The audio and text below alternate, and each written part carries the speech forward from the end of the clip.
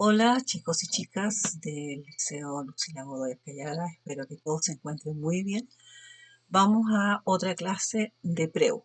Bueno, ustedes saben que estamos repasando algunos contenidos de literatura, de lenguaje, y que tienen relación con los contenidos que van a ver ustedes en la prueba, en el PTU, ¿cierto? Es la prueba de transición a la universidad. Bien, en esta oportunidad vamos a recordar cuáles son los tipos de lenguaje que existen. Empecemos por dar la definición del lenguaje. Se dice que es un sistema de comunicación empleado tanto por los seres humanos como por los animales, el cual nos permite exteriorizar sentimientos, emociones o ideas a fin de satisfacer nuestras necesidades expresivas. Por lo tanto, tenemos que el lenguaje se va a valer de diversos recursos, como son los signos. Signos se le llama a todo aquello que envía una información. Serían los sentidos y algunos elementos básicos de la comunicación que ustedes también conocen, como son el emisor, el receptor y el mensaje. Recuerden que el emisor es quien envía la información, el receptor quien la recibe y el mensaje se refiere a la información misma. Bien, entre los tipos de lenguajes tenemos varios. Están clasificados en verbal y no verbal. ¿Cuáles son es el lenguaje verbal? El lenguaje verbal se divide en lenguaje oral y el lenguaje escrito. El lenguaje no verbal son el lenguaje llamado icónico, que lo vamos a ver más adelante, el lenguaje facial, el lenguaje kinésico, el lenguaje proxémico, además de otros tipos de lenguaje como son el lenguaje artificial, el lenguaje científico, el lenguaje natural, el lenguaje formal, el lenguaje culto, el lenguaje informal. Veamos entonces ahora la definición de cada uno de ellos. Tenemos el lenguaje verbal. El lenguaje verbal es aquel que las personas emplean en todo momento para comunicarnos con los demás, de allí que se trate de los lenguajes clasificados como el oral y escrito. Bueno, el lenguaje oral es aquel que hace uso de la palabra hablada en cualquier idioma, inglés, francés, alemán, español, etcétera, y se lleva a cabo a través de la articulación de un sonido, que es lo que yo estoy haciendo en este momento, o un grupo de sonidos con diferentes tipos de entonación. Por ejemplo, una reunión de trabajo, una conversación entre amigos o conocidos, una ponencia, una llamada telefónica, la exposición de un trabajo académico, las disertaciones, por ejemplo, una charla sobre emprendimiento, entre otros. Los discursos, ¿cierto? Que damos, eso es lenguaje oral. Lo que yo estoy haciendo ahora es el lenguaje oral, pero también estoy utilizando el escrito, porque ustedes están leyendo lo que yo les estoy diciendo oralmente.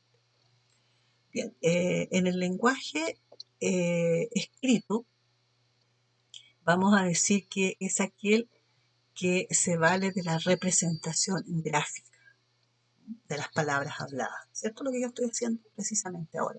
Y a diferencia del lenguaje oral, quedan plasmadas en el papel o en los diversos programas digitales a través de la escritura. El lenguaje escrito, por lo tanto, dura más tiempo, ¿cierto? Se logra transmitir también a mayor cantidad de conocimiento en generaciones porque queda plasmado eso en un papel. Por ejemplo, se puede mencionar una carta, un artículo del periódico, el párrafo de un texto, un poema, un cuento, novela, etc. Bien, ahora, ¿cuál es el lenguaje no verbal? Es aquel que no hace uso de la palabra, ni hablada ni escrita, sino que símbolos, íconos, gestos faciales o corporales, entre otros, a fin de comunicar también un mensaje.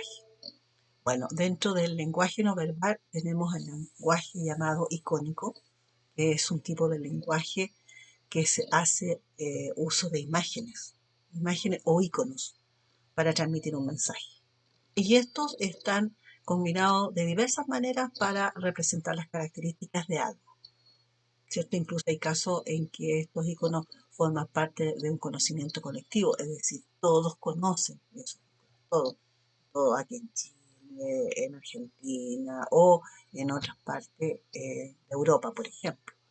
¿Cuáles son esos? Que son igual las señales de tránsito, las luces del semáforo, símbolo del reciclaje, entre otros. Incluso, ¿cierto?, los símbolos que se ponen para identificar los baños, un hombre o una mujer, ¿cierto? Eso también es universal. Bueno, tenemos también el lenguaje no verbal llamado facial, y es aquel que tiene relación con los movimientos faciales de la cara. A eso se refiere, ¿cierto?, que las personas realizan. Se puede hacer de manera consciente o inconsciente y a través de eso desean comunicar sin hacer uso de la palabra. Por ejemplo, cada gesto tiene un significado, algunas veces más claro que otras, pero por lo general el mensaje es identificado por los receptores fácilmente, por el que el rostro es muy expresivo, ¿cierto? Están acompañados además de gestos corporales, por ejemplo, sonreír a modo de agradecimiento, fruncir el ceño para expresar molestia o incomprensión, una mirada fija que expresa ira, los ojos bien abiertos a modo de miedo o de susto, tener una mirada y cejas decaídas que expresen tristeza, entre otros ejemplos, ¿verdad? Tenemos también el otro lenguaje no verbal llamado el kinésico. El kinésico es aquel lenguaje que expresa movimientos corporales, incluyendo los gestos faciales y el olor corporal. También es un tipo de lenguaje que transmite una información. Por ejemplo, la manera en que caminamos, bostezar a modo de sueño o desinterés, ruborizarse porque se siente vergüenza, levantar los brazos a modo de felicidad, cruzar los brazos a modo de estar molesto o dolido, colocar las manos juntas debajo del mentón a modo de súplica, colocarse la mano en la cabeza a modo de angustia, entre otros ejemplos. Ese es el llamado lenguaje kinésico. Tenemos también el lenguaje llamado proxémico, que se refiere a la proximidad o distancia que tiene el emisor y el receptor durante el proceso de comunicación. Por ejemplo, si estamos muy cerca de una persona, ¿cierto?, se comunica que hay algún grado de conocimiento entre ellos, algún grado de afectividad. Se puede notar también en la distancia entre ellos en que no se conocen mucho. Bueno, ahora desgraciadamente tenemos todos que tener distancia, que nos conozcamos, ¿cierto? Pero eso es otro tipo de situación. Bueno, también se comunica algo, ¿cierto? La distancia social ahora está comunicando fácilmente el cuidado personal de cada uno. Y hay otros tipos de lenguaje que también son importantes. Por ejemplo, hay un lenguaje que se llama el lenguaje artificial, que son aquellos que se caracterizan por ser objetivos y que han sido construidos solamente con un propósito, ¿cierto?, para satisfacer un tipo de necesidad comunicativa. Por tanto, se diferencian del lenguaje natural porque no se trata de un lenguaje expresado de manera espontánea, es un lenguaje que está organizado. Por ejemplo, los tipos de discurso de los políticos, por ejemplo, es un lenguaje artificial porque ellos lo crearon para algo, lo construyeron, lo organizaron con el propósito de algo, por lo tanto no es un lenguaje natural.